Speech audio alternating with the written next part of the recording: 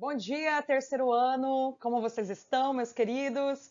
Espero que vocês estejam muito bem, cheios de saúde e muito animados para uma nova semana, né? Quase final de julho, né, pessoal? Certo? E como a professora comentou na última aula, que foi quarta-feira, né, para as duas turmas, terceiro A e B, eu vou iniciar agora definitivamente, né? Eu fiz uma rápida exploração ali do conteúdo, desse novo conteúdo que nós vamos começar a partir de hoje, né?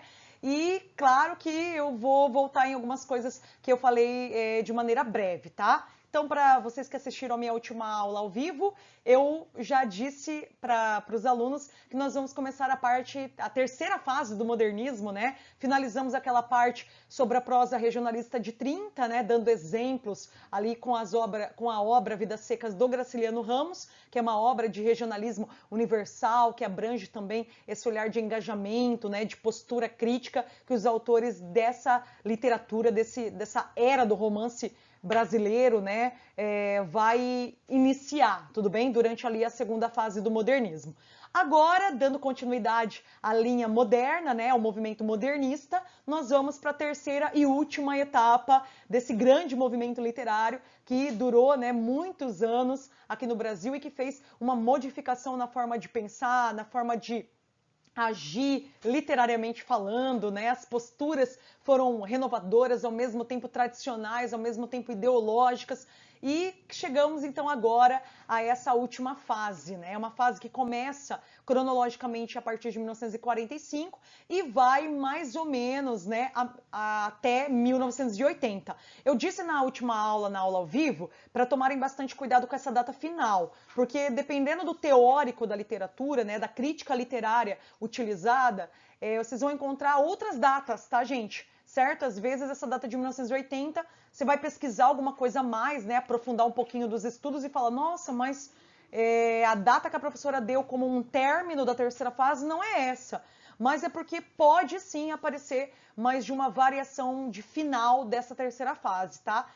Como eu comentei para os alunos que estavam presentes na aula ao vivo da semana passada, para alguns teóricos da literatura, eles acham que a terceira fase não terminou. Então, hoje, né, em pleno século XXI, 2020, nós ainda estaríamos vivendo resquícios, né, e também influências dessa terceira e última fase do modernismo, tá? Então, tomem cuidado com essa data final. Mas, no geral, é a data mais utilizada para o término, né, das produções e também dos direcionamentos dados à literatura e também para as demais artes, visando, né, e sempre relembrando que nós estudamos aqui nessa aula o contexto literário da produção, né, dos autores, né, dos estilos literários que vão aparecendo, das novas concepções, mas a gente não pode esquecer que é uma fase também com muita produção de arte plástica em geral, né? Nós estamos vendo, por exemplo, o expressionismo abstrato, que tem uma tendência muito ligada a essa terceira fase final do modernismo, tudo bem? Então a gente tem que lembrar que é um movimento amplo, né, de construção artística, ok? Então vamos lá? Lembrando também a vocês que essa fase ela pode receber outras nomenclaturas, tá? Uma das nomenclaturas mais utilizada é pós-modernidade, tudo bem? Lembrando que tudo aquilo que é pós-moderno parte do princípio da modernidade, mas requer também sempre um avanço, tá? Então, ser pós-moderno, né? Ser considerado pós-moderno dentro da literatura e das artes em geral, é transmitir os ideais que já foram produzidos na primeira e na segunda fase, que traz essa ideologia, né, essa marca de modernidade, só que ao mesmo tempo não ficar só alheio a isso, né? Você vai ter que trazer algo novo para dentro da condição de produção artística no geral, certo? Então, isso é ser pós-moderno, é a intensificação dos traços da modernidade que é exigido ali ao campo da literatura e também das demais artes, ok? Beleza? Então é um conceito muito interessante que nós conseguimos atribuir aqui para essa fase final. Além desse conceito, que é um conceito também sociológico, filosófico, histórico, né? Nós conseguimos também dar uma outra nomenclatura para essa terceira fase de neomodernismo, né? Então, uma nomenclatura que a gente não usa tanto, tá? Mas ela aparece também para definir essa terceira fase que inicia a partir de 1945. tudo bem? Então cuidado, porque às vezes nas provas, né, dependendo ali das questões, você pode trazer essas outras, quem escreveu a prova, né, quem escreveu as questões, pode trazer essas outras nomenclaturas para essa fase, para tentar confundi-los também, né, para propor algum tipo de pegadinha ali, tá? E quando eu falo de neomodernismo, claro que esse prefixo antes, né, propõe essa ideia de renovação, né, do novo modernismo, também amparado pelos ideais anteriores. Então, aqui não é uma negação, não é porque ele vai ser o novo modernismo, né, a geração de 45, que ele vai negar tudo aquilo que foi produzido, né, e conquistado pela primeira e pela segunda fase. Ao contrário, ele vai absorver questões interessantes e que propõem, né, o trabalho literário da primeira e da segunda fase, só que aqui precisa dessa intensificação, já que nós consideramos, né, socialmente falando, pelo conceito de pós-modernidade. Tudo bem? Aqui eu trago para vocês uma rápida, né, uma breve explicação sobre esse conceito de pós-modernidade, para que vocês possam entender por que ele é utilizado também para definir, para marcar essa terceira fase do modernismo, né? Então, eu até deixo bem claro aqui nesse primeiro item desse slide, que é pós-modernismo enquanto estética literária, tá? Porque às vezes se a gente for jogar esse conceito para outras áreas, né, para outras disciplinas, pode aparecer também algo a mais, né, um pouco diferente. Então aqui é o conceito, a visão de pós-moderno, de terceira fase para a estética literária, ok? Então eu digo lá, né, pode ser entendido como um processo que caracteriza o desenvolvimento das manifestações estéticas da cultura ocidental, né? Estética tem a ver com as artes em geral.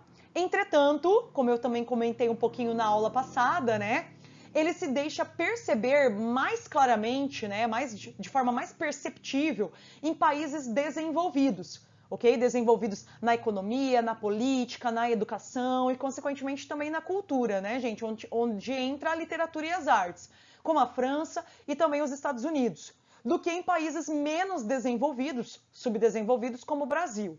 Dessa forma, é fato que existam diferenças histórico-culturais que caracterizam o contexto brasileiro em relação ao europeu e também ao norte-americano.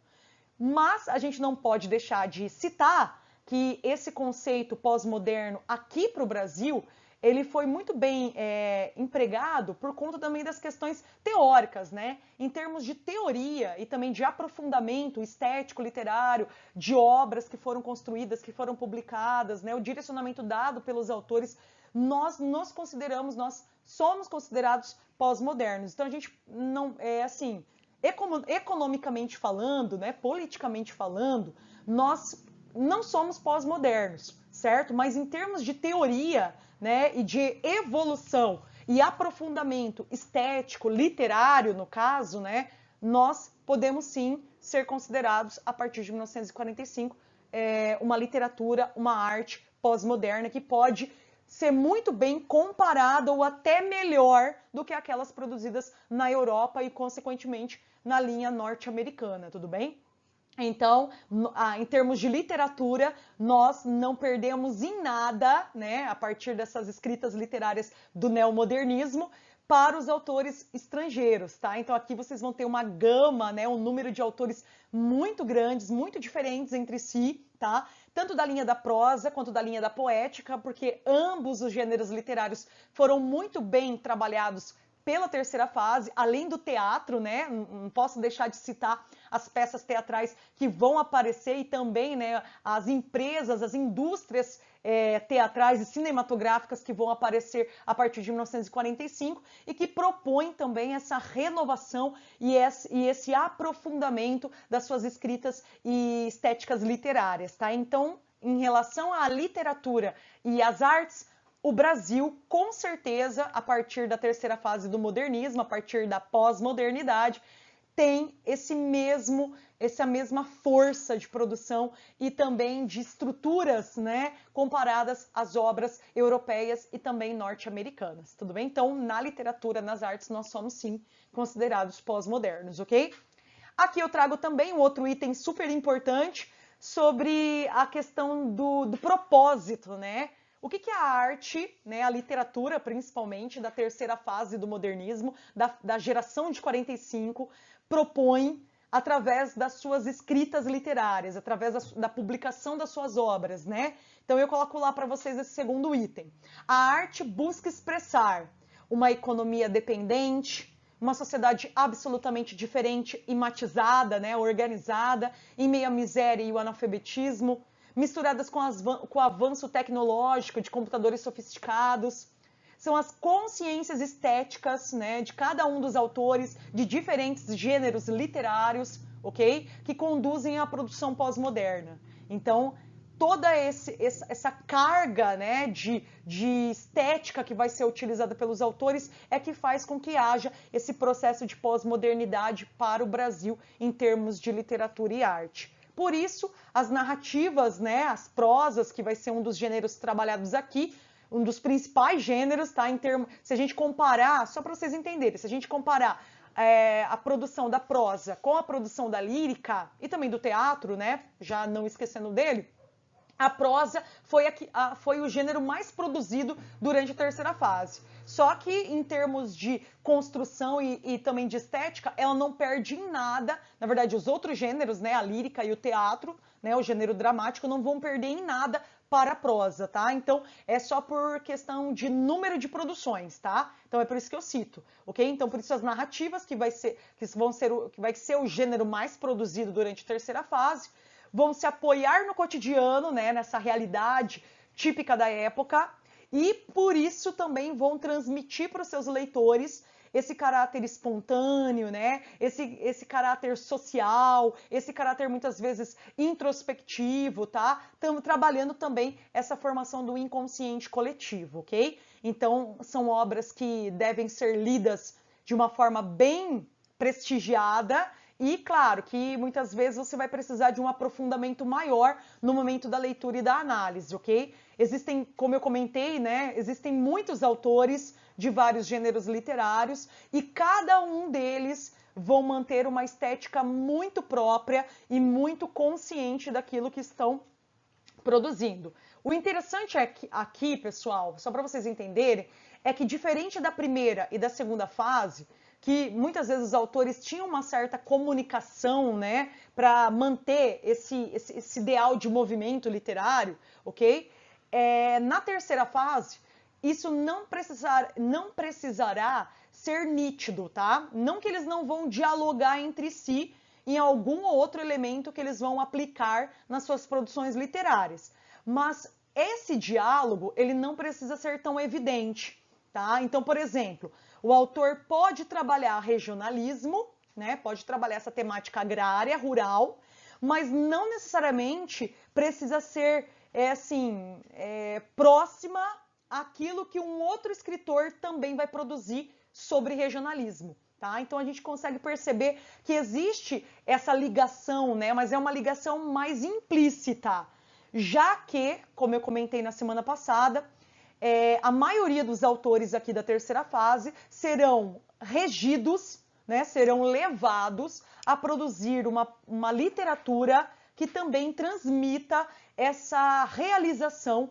essa identidade pessoal do artista. Então, na verdade, as escolhas sobre aquilo que vai ser produzido, as escolhas temáticas, tudo parte de uma premissa, né, de uma escolha pessoal de cada um dos artistas literários dessa fase, tá? Se dialogar, beleza. Se não dialogar, tudo bem também, porque aqui existe essa liberdade para as escolhas e também para o tipo de produção que vai ser feito.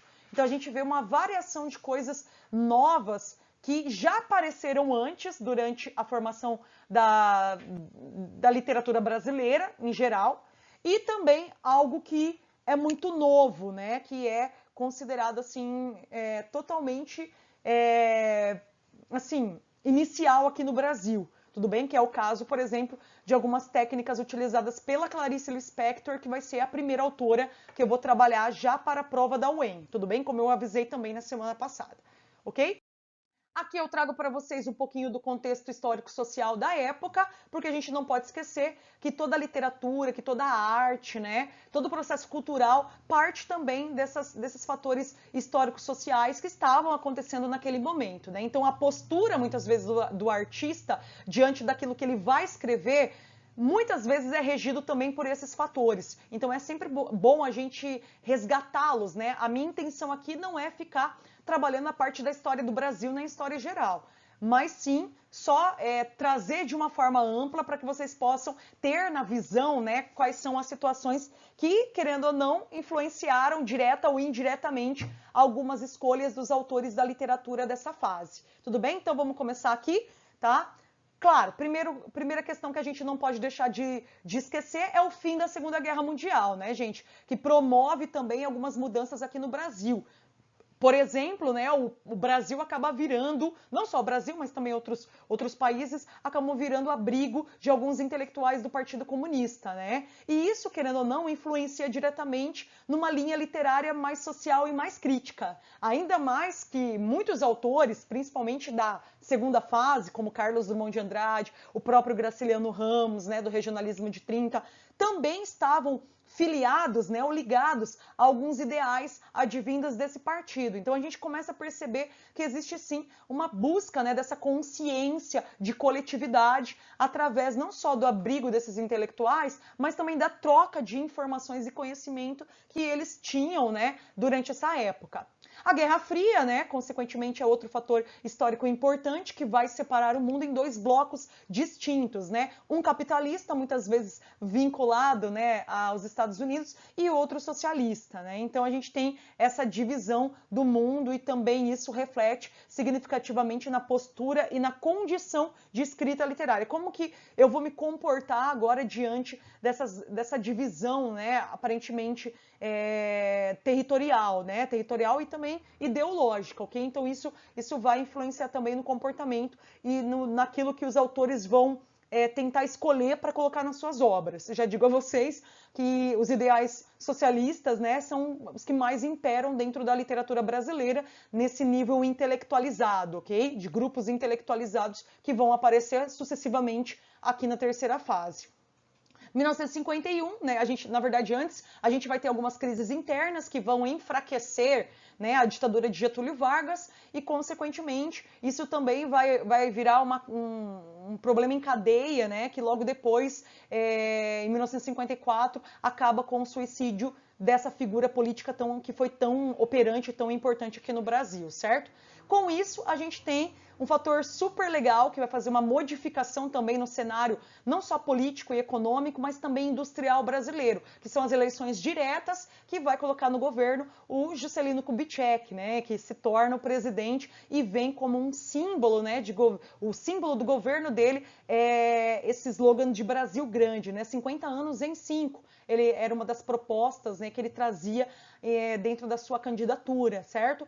E claro, né, na minha opinião, foram muitas ideias um pouco mirabolantes, né, que obviamente ele não iria conseguir durante 5 anos de mandato, mas que também promoveram essas mudanças sociais e também industriais e, consequentemente, culturais aqui no Brasil. Tá? Uma coisa muito interessante do governo de Juscelino Kubitschek para a literatura e para as artes é esse aceleramento da indústria.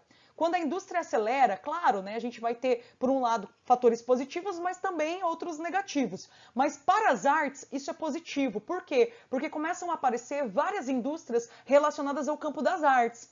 Entre essas indústrias, eu posso citar algumas aqui para vocês, que depois nas aulas de arte eu vou explorar melhor, que seria, né, por exemplo, né, a criação do Teatro Brasileiro de Comédia, o TBC, e também a primeira companhia cinematográfica brasileira chamada de Atlântida, né, que vai produzir os seus primeiros filmes denominados ali de chanchadas, tá? Que são considerados um tipo de cinema mais pitoresco, né? Mais humorístico, ok?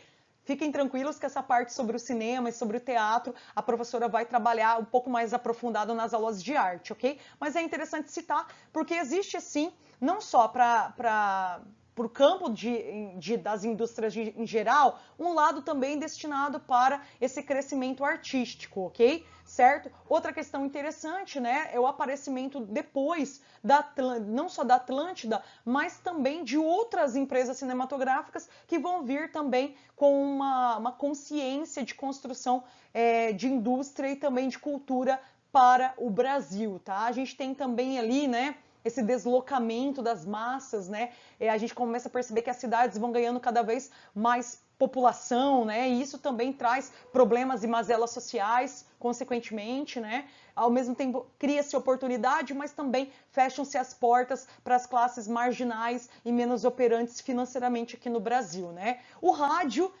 se torna realmente, né, um dos grandes meios de comunicação desde o começo do século XX, tá? Trazendo principalmente para as artes, né, esses grandes ídolos das vozes, né, brasileiras e que acabam arrastando milhares de fãs. Outra situação interessante que aparece a partir de 1950, né, vindo também nessa construção dos meios de comunicação que estão em processo de massificação, é a televisão aqui no Brasil, né, gente, que chega e acaba dominando as paradas da comunicação brasileira, né? O rádio acaba perdendo, o rádio e consequentemente o jornal acabam perdendo um pouquinho da sua estabilidade diante ao público, né? Porque a televisão passa a ser esse meio de comunicação e de imagem, principalmente, mais usado pelo povo brasileiro, mas, por um lado, pela camada que tem mais dinheiro também, ok? E, consequentemente, isso também faz uma alteração positiva e irreversível para o tipo de produção cultural brasileira, certo? Então, tudo isso, né, de maneira bem breve, que eu citei aqui para vocês, marca consequentemente a formação da terceira fase e dessa literatura que vai aparecer, né, com caráter novo, né, mas ao mesmo tempo que ela é nova, ela também resgata questões tradicionais, beleza? De forma geral, eu vou fazer as minhas aulas serão divididas em 2 blocos, tá, gente? Ok? É a primeira vez que eu vou fazer isso porque eu acho que vai ficar mais organizado para vocês entenderem, já que as aulas estão sendo gravadas, né? E quando tá na sala de aula, a gente vai naquele fluxo e vocês também vão fazendo as perguntas que direcionam o meu conteúdo, ok? Então aqui eu resolvi agora, este ano, né, pelas aulas gravadas, fazer essa divisão. Então primeiro eu vou trabalhar a prosa, como eu disse para vocês, foi o gênero literário mais produzido, né, durante a terceira fase. Depois, não menos importante, tá? Não esqueçam disso, eu vou trabalhar o gênero lírico, né? Com a linha poética, onde vão aparecer também diversos autores super importantes, ok? Que nós vamos trabalhar e resgatar para entender como a lírica também foi construída nesse perfil de pós-modernidade, tá? Então espero que vocês gostem, porque eu vou fazer essa divisão, trabalho toda a prosa, tá? Os autores que vão aparecendo para a prova da UEM, né? Outros autores também, para vocês entenderem como cada um vai, obviamente, construindo a sua literatura e o seu perfil literário, e depois eu vou para a lírica, tá? Mas imaginem que durante toda a terceira fase, né, 1945 até 1980, essas duas produções mais importantes, mais construídas, né, mais produzidas em termos de publicação, elas vão ser feitas ao mesmo tempo, tá? Então aqui eu divido para ficar mais fácil, mas no contexto real daquela época, elas eram feitas, né, publicadas, escritas e publicadas praticamente ao mesmo tempo, tá? Então enquanto você tem Clarice Lispector produzindo a prosa intimista, né, durante 1940, 1950, você vai ter também o João Cabral de Melo Neto, que é um escritor da lírica, tudo bem? Também produzindo. Então, naquele contexto real da época, foi feito ao mesmo tempo. Então, eu divido para ficar mais fácil, também para eu explicar esse conteúdo. E depois a gente vai para o texto teatral, né, gente? Porque nós temos também um autor de teatro para a prova da UEM, tá? Eles não usam black tie, é a peça escolhida para a prova da UEM, que eu também vou tratar. Ok? Beleza? Então vamos começar com a parte narrativa, né? Prosa do neomodernismo, ok? Vamos lá. Então, a terceira geração modernista, também conhecida como geração de 45, né? O neomodernista, ou pós-moderna, desenvolveu temáticas e estéticas diversas às gerações anteriores. Então, o que eu quero dizer com isso, tá? Para deixar bem claro para vocês aí, para que vocês também anotem isso no material de vocês. Ela vai trabalhar de uma forma diversa, mas ela não vai deixar de beber nas fontes anteriores, tudo bem? Então não é porque ela vai dar um avanço nas produções que vocês não podem ver características, estilos que já foram produzidos durante a primeira fase e também a segunda fase. Só que agora tem que pensar que é uma intensificação. Então, eles partem muitas vezes daquela ideia que foi trazida da primeira ou da segunda fase, só que eles vão aprofundando no estilo e também na técnica, beleza? Entre as características principais, né, dessa prosa, dessa narrativa que nós vamos ter durante a terceira fase, eu destaco essas, tudo bem? Então imaginem que conforme vocês vão lendo, né, vão também acompanhando as minhas aulas, vocês têm que ter em mente que essas são as características mais usadas pelos autores da linha em narrativa, tudo bem? Por exemplo, a Clarice Lispector, tá? Entre outros. Vai lá. Primeiro é grandes inovações na pesquisa estética e nas formas de expressão literária, tá, gente? Aqui não basta só escrever, né? Usar a imaginação e também, né, a referência de sublimação. Sentar lá e falar, vem, vamos escrever. Não é assim que funciona. Todo bom escritor da terceira fase é um pesquisador antes de ser escritor. Então aqui você percebe que existe um nível teórico, tá? Um nível de conhecimento, de intelectualidade sobre determinadas técnicas que eles vão utilizar superior aos outros autores, tá? Eu não estou falando mal dos outros autores, tá? Não é isso.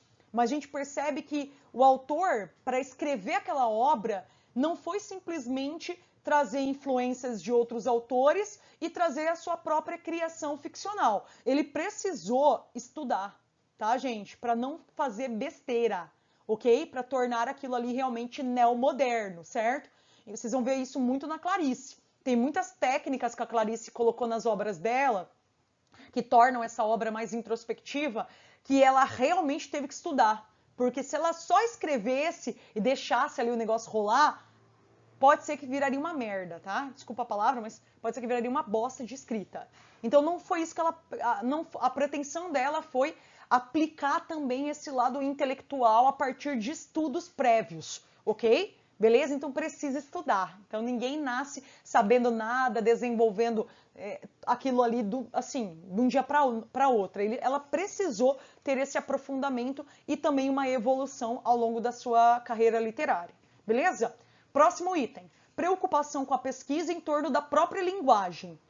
Tem aquela, a ideia, na verdade, de que a linguagem, ela precisa ter uma conexão e, consequentemente, ela precisa ter essa relação de aproximação com o leitor. Então, aqui existe muito aquela ideia também de metapoética, tá? Os autores refletindo sobre a sua própria criação literária, visando trazer uma criação literária que explore os significados da palavra e que traga isso para o seu leitor de uma maneira, às vezes, mais rápida, tudo bem? Então existe sim essa preocupação no momento das escolhas, né, vocabulares que eles irão fazer e também dessa reflexão sobre o próprio ato de criação literária vinculado ali à metapoética ou à metalinguística, tudo bem? Que apareceu também na primeira e na segunda fase. A literatura vira um instrumento de reflexão existencial e, consequentemente, mantém a denúncia social também, né? Então, são dois focos muito trabalhados pelos autores da prosa aqui. Reflexão existencial, sem deixar também de trabalhar uma questão de coletividade e de sociedade. Então, os dois elementos têm que trabalhar ao mesmo tempo, não pode um estar acima do outro, né? Você tem que se ver como indivíduo dentro daquela sociedade, mas antes de se ver como indivíduo, tem que refletir a sua própria consciência enquanto tal. Tudo bem? Então, há essa questão de realmente ter esses dois elementos trabalhados ao mesmo tempo de uma forma que um não se sobressaia em relação ao outro. Mas, às vezes, não tem como, né? Beleza? O regionalismo universal, que vai aparecer através das mãos do Guimarães Rosa, de influência também do regionalismo de 30, tá? Lembra, é um regionalismo que amplia, né, a visão sobre a região e que faz com que os leitores de diferentes lugares consigam se ver naquelas situações, naqueles perrengues, naquelas ações comportamentais do personagem que vive muitas vezes naquele exato lugar. tudo bem? Então é uma universalização e que também vai para um plano de existência, tá, gente? De inconsciência, ok? Tendências intimistas e introspectivas, né? Trazendo ali um texto mais fragmentado, tá? Um texto que muitas vezes você lê e não entende nada, como o Santiago falou na última aula, né, professora? Como que entende Clarice Lispector? Porque às vezes começa a ler e se perde, porque a intenção aqui é trabalhar essa fragmentação textual. Esse texto que é muito mais mental do que real, né? Que sai para a realidade, ok? Busca pela análise interior dos personagens, né? Que é aquele aprofundamento também trazido através da densidade psicológica, tá? Os personagens, na verdade, eles emanam tudo aquilo que vai acontecer na obra, parte muito deles, muito mais do que simplesmente a ser responsáveis pelas ações, ok? Então, eles têm uma importância muito significativa aqui. E, consequentemente, é através desses personagens que nós fazemos também as sondagens psicológicas, né? Esse lado onde a gente precisa compreender a psicologia daquele personagem para compreender tudo aquilo que está ao redor dele e, consequentemente, o enredo, tudo bem? Se você, às vezes, não entender o personagem, você não consegue entender nada. Né, quem ele é, o que ele busca, quais são os seus conflitos íntimos. Então, se você deixar o personagem de lado, você vai ter um problema bem grande para entender toda aquela fluidez narrativa, tudo bem? Por enquanto é isso, bastante coisa, né? Logo, a próxima aula a gente já vai conhecer um pouquinho, né, quais são os principais autores da prosa da terceira fase, tá? Bom, é isso. Nos vemos na próxima aula. Fiquem bem, fiquem com Deus e até mais.